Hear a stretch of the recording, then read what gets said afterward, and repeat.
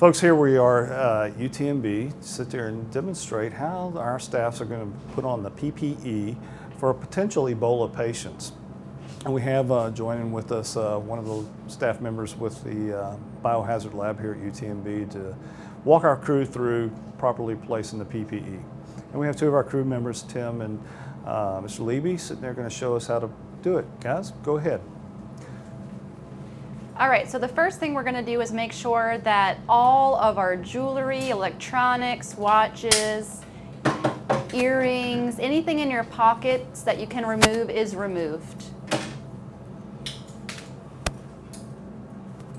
And what's the reason for that? So what we want to do is minimize anything that we're going to bring into the patient area, and also to keep you from ripping or tearing your PPE as well. We want to make sure that the more we bring into a patient area, the more likely you are to bring something out with you. So we want to make sure we minimize any items that we're bringing in. And it can also catch on things when they're pulling the suit off. Yes, you can get a rip rip or a tear. taking those things off, yeah. Okay.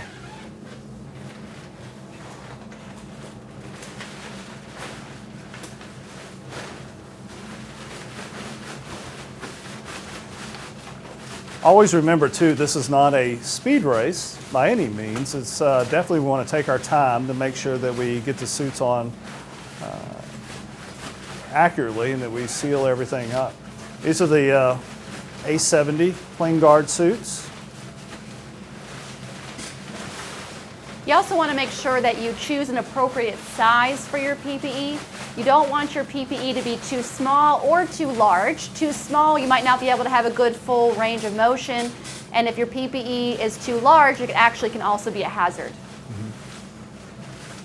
And we have that first set of gloves on that goes underneath the clean guard.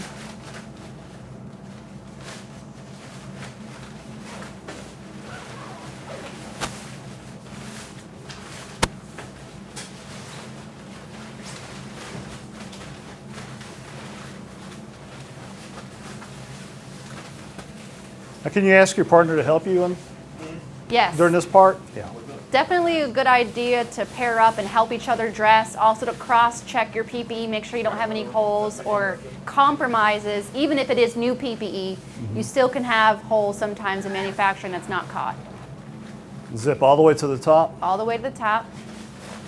And these A70s have a nice adhesive flap that actually you will secure over your zipper, which protects your zipper. The zipper is a potential point of entry, so bodily fluids can pass through the zipper. So if you don't have the flap, then you want to make sure you duct tape over it to protect that. Okay, good.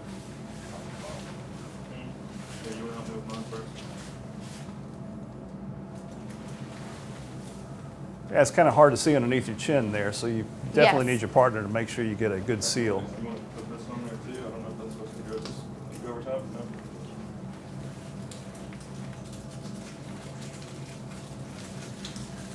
And then just pat down to make sure it actually is adhered to the other side of the zipper.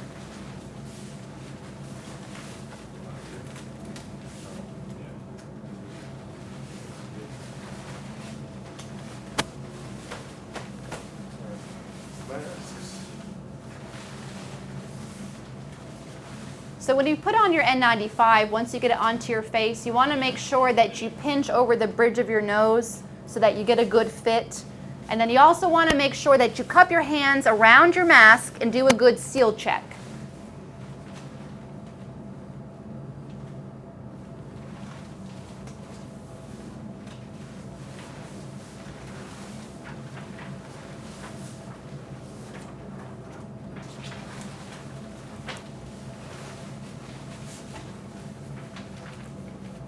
And the goal here is to cover up as much skin as possible, correct? Yes, we want to minimize exposed skin.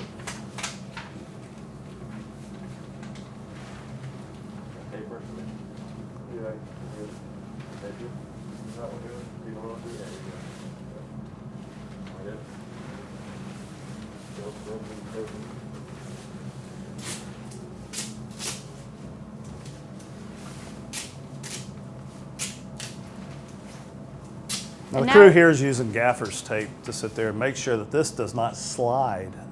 In outdoor environments, we do have a lot of wind and things that can push and cause these masks to come up or slip a little bit. So we want to minimize the risk of the folks ever reaching up and touching their face or anywhere in that area. Yeah, when I come up here, I'll probably think that you guys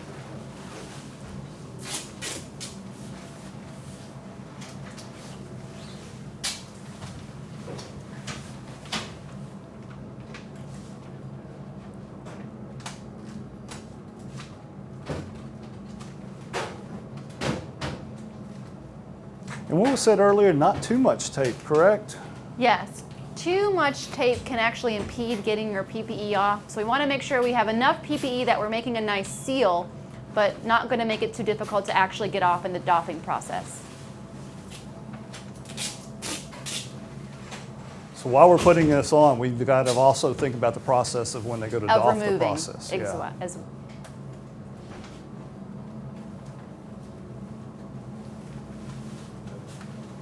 well, let me make sure that's stuck.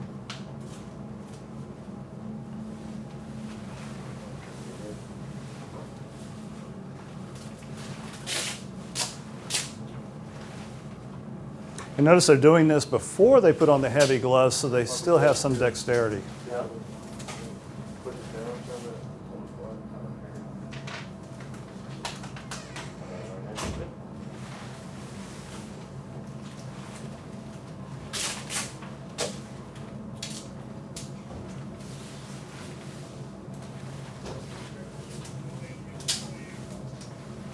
And notice when they're putting the face shield on, they're making sure that the face shield is still snug to the face. What we don't want is the face shield really pulling away from the face where fluids can actually go up and under the face shield.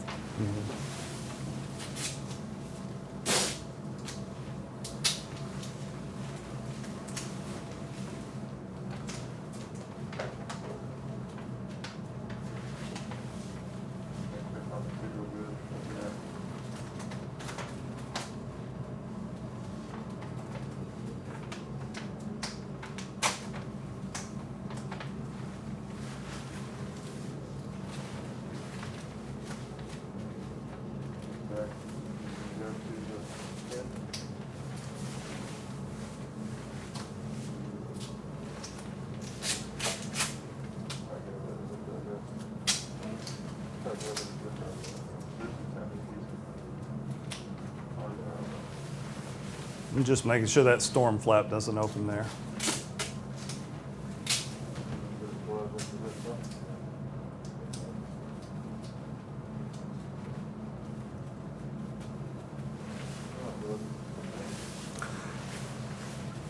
Now they're going to put on the puncture resistance gloves. You can tell that these are thick gloves. It does not leave for much dexterity, but yet it provides protection for the crews, especially when they're having to move or lift the stretcher.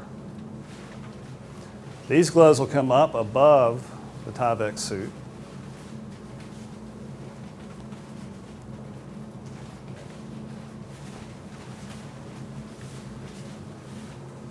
So you want to make sure you pull the glove cuff over your suit cuff, and you don't want to pull the suit down too much because you want to be able to raise your arms and still have good reach once you have adhered the gloves to the suit with the tape. Should they make a reach before taping? You can.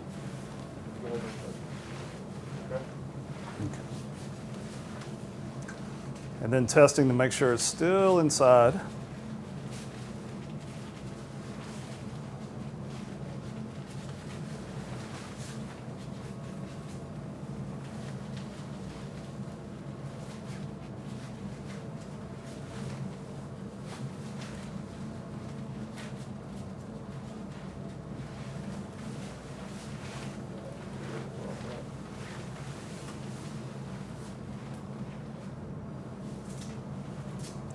It's another good reason to always tab your tape. Yes. When you're adhering the tape on the gloves to the suit, make sure that you don't make it too tight, because you do need, when you are removing your suit, you need the glove to slide over your wrist. So you want to make sure that you don't tie it too tight. And more tape is not better. Just one loop around is plenty. And when you're applying the tape, make sure you check after, make sure you don't see any openings. Make sure the tape is completely adhered to the gloves. Make sure there's no channels or tunnels between the tape, the suit, and the glove.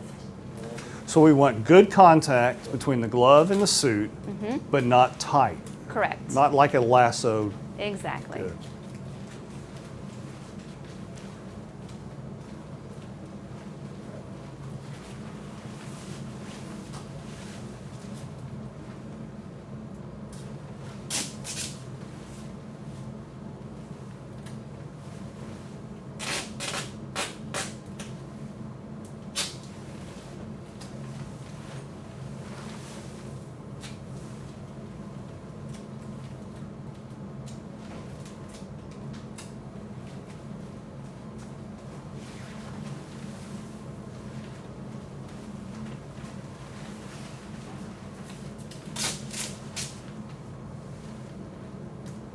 So this is kind of like getting ready for a pre-check flight or a scuba dive to go through to make sure you have everything right now. Before entering the area. Right. Because Yeah. you can't change it then. Nope.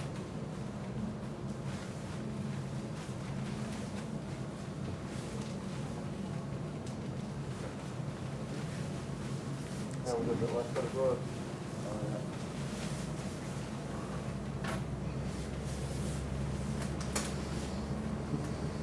Now they're donning that third layer of gloves there.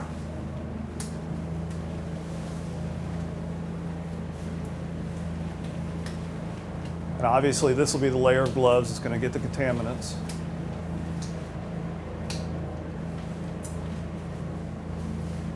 Definitely want to have these bigger than you normally wear.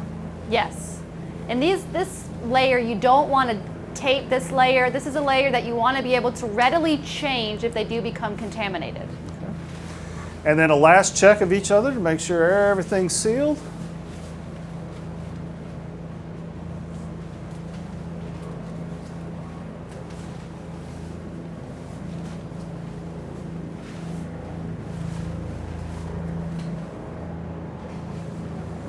You guys can turn all the way around once y'all are through.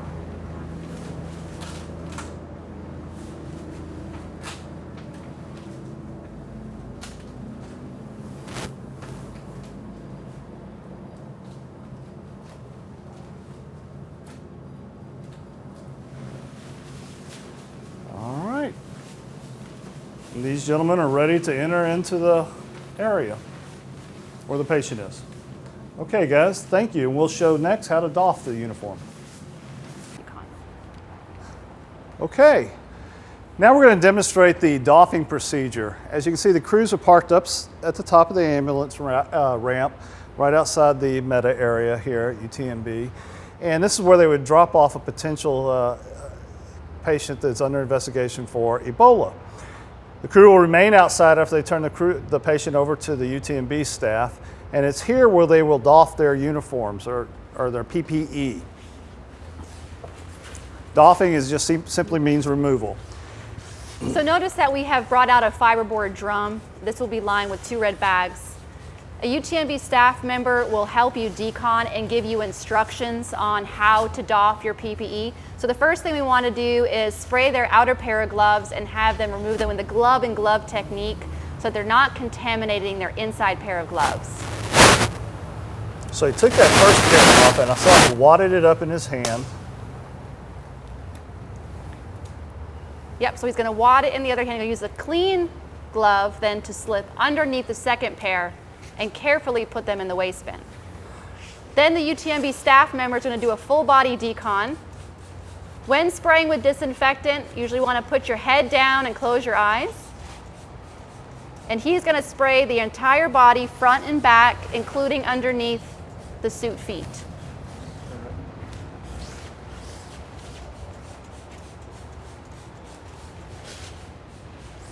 And being careful not to touch anything else, vehicle, and lift your feet up for him to spray underneath the feet.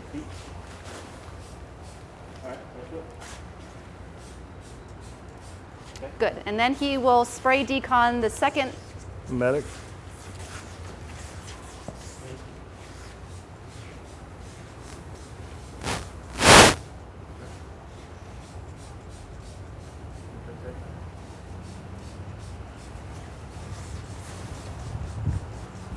Again, this is another process where they need to take plenty of time, not rush. Yes, and listen to the instructions.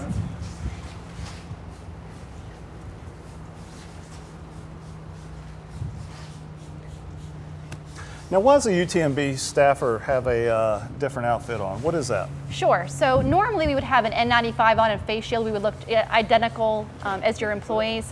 But if somebody has facial hair, they cannot wear an N95. And so their only other option here is to wear a PAPR. And that's what he has on. And what does PAPR stand for? PAPR is Powered Air Purifying Respirator. Okay. This is a battery operated respirator. So you can see that they're going to help each other remove tape without touching underneath the face shield. Very important to always keep your hands or your gloved hands away from your face. So they're going to work as a team. One's going to take off their tape and then the second employee will help remove. Always disinfecting the gloves in between after you've touched a potentially contaminated part of your PPE.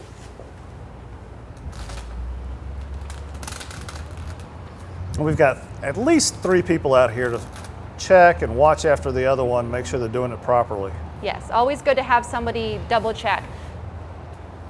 Doffing is the most crucial part of this process. Very important that PPE is removed correctly so that we're not contaminating other parts of our PPE as well as ourselves.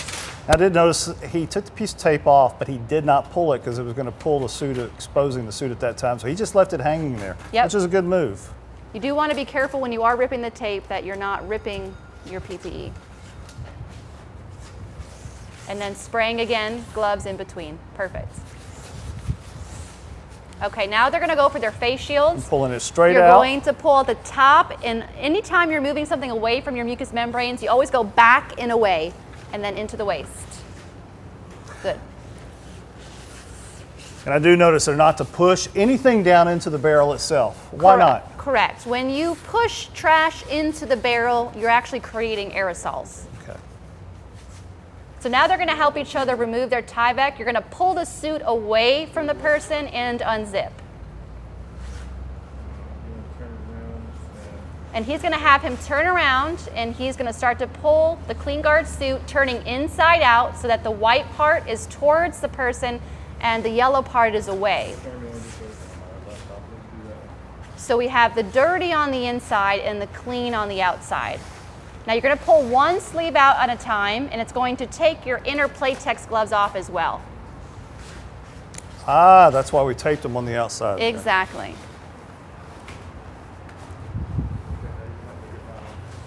And then you're going to spray your hands.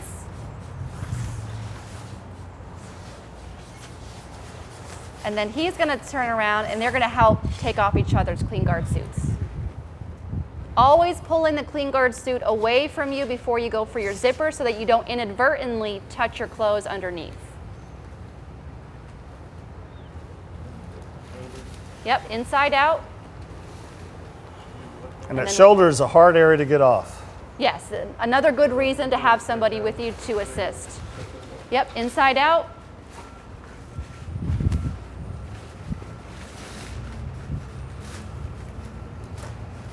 Good. So they're going to spray their hands one more time, and then they're going to start to roll the Clean Guard suit down.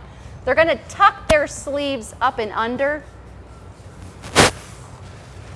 And we're going to try to only touch the white part of the suit, since the yellow we assume is dirty. And so as you're rolling down, you're trying not to touch your inner clothes with your gloves. So dirty in, clean out, dirty in, clean out. And once you get all the way to the bottom, you can try to use your shoes to help you get out of the rest of the suit. What you don't want to do is grab your hand and touch the yellow part of the suit boot. So if you do have to pull, you want to pull from the white side. Then you're going to grab it in a nice bundle and place it in the waist drum.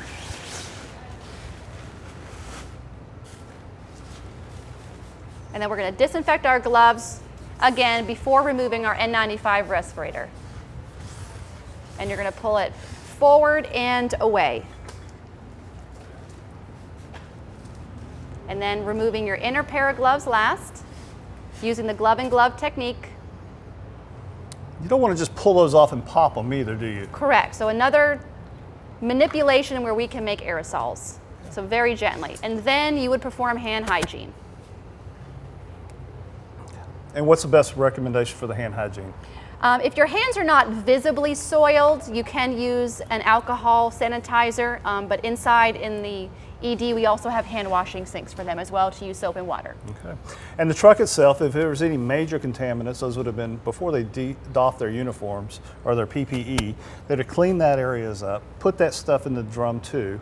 Correct. And then later we'll have, with assistance of UTMB, help us sterilize the vehicle itself. Correct. All EMS waste from the truck, anything that's potentially contaminated, needs to go into the drum with the double red bags. All right. Appreciate it. Thank you very much. Anytime.